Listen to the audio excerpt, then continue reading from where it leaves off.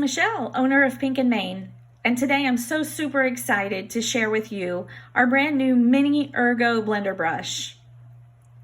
They say great things come in small packages, and this cute little pink box has something really cool in it. Ta-da! Here it is. This is our mini Ergo blender brush. Just like our original ergonomic blender brush, it comes in its own little case that you can set on your desk. You pop the brush in. The bristles do not touch the bottom of the case, so you can set it down knowing that nothing is going to get inky and messy on your table. It's got a 1-inch bristle diameter. Our original brush is 2, so you get a nice compact brush that you can do more detail work with. It's the same super soft synthetic bristles that blend ink with ease. It's got that same nice ergonomic handle that you can hold in a variety of ways, whatever is comfortable to your hand, and blend. If you'll notice when you have this, it's not just your regular plastic handle. It has a smooth coating on it, so it's nice and smooth in your hand.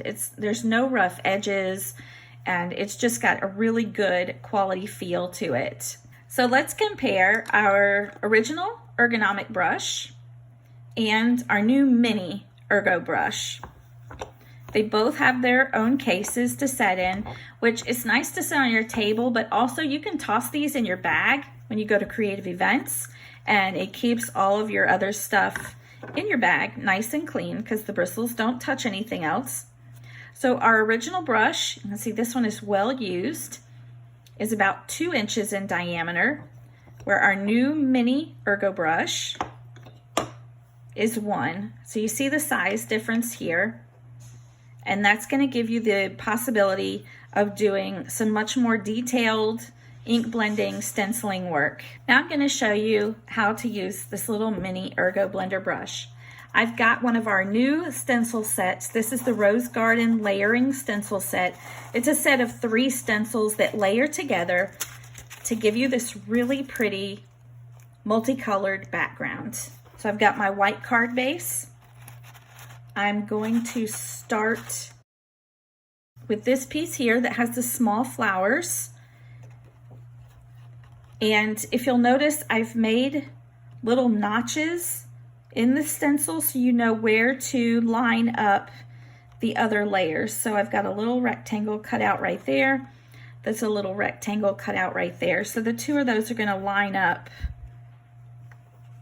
with your other stencils so you get it layered properly. And what I'm going to do, just to make it easy on myself, I'm going to put the top one there at the top of my card and this one here at the side of my card. So now I've got some Distress Oxide ink in a really pretty purple. And what you want to do is just going to rub or tap, depending on how juicy your ink pad is. If it's really juicy, you might just have to tap lightly. If you need a little more ink coverage on the brush, you can rub it on there. So you just rub the blender brush on your ink pad. You can use dye inks, you can use pigment inks, you can use Distress Oxide, you can use hybrid inks. Whatever inks you can blend with, you can use with the blender brush. So just in a little circular motion here, I'm going to blend over where these little flowers are. And when you need more ink, you just do the same thing. We go over and we get some more ink. And we can just blend over these flowers here.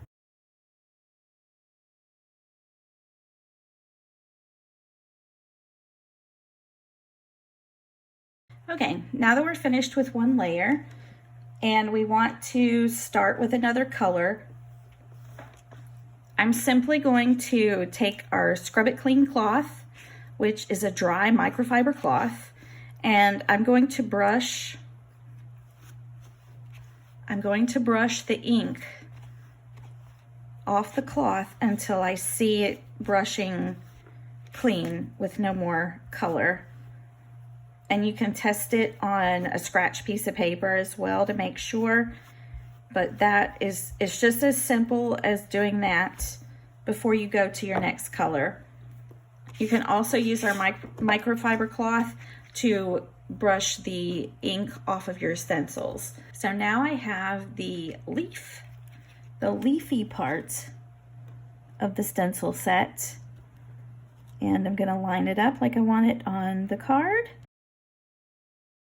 And we're going to take this really pretty lime green color, Distress Oxide, and we're going to color our leaves. Now it looks like the brush has some purple on it, but that should not transfer. It's probably just a little stain to the brush.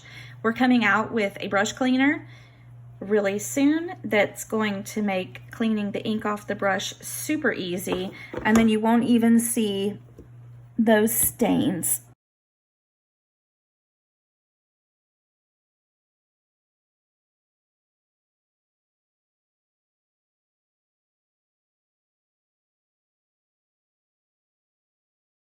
Now we're done with our leaf layer, so I'm going to take my microfiber cloth again and scrub off the green ink before we switch to the pink.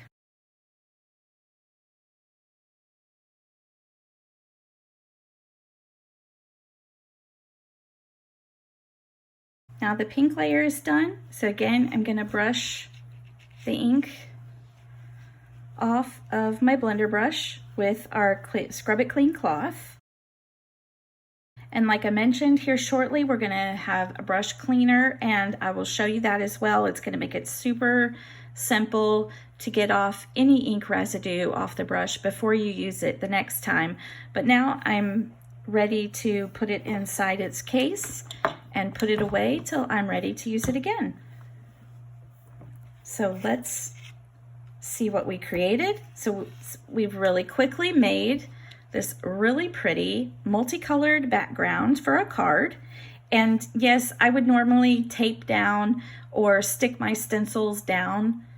I just wanted to demonstrate really quickly how easily it is to blend with the brush and make a really pretty background for a card. So I hope you've enjoyed this little introduction into our new mini Ergo blender brush.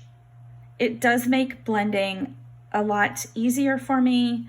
I love the handle and the way it feels in my hand. It's just super easy to use. It blends the ink just so easily and smoothly. So you can check these out at pinkandmain.com or ask your favorite local retailer to carry them. And until next time, friends, keep living the creative life.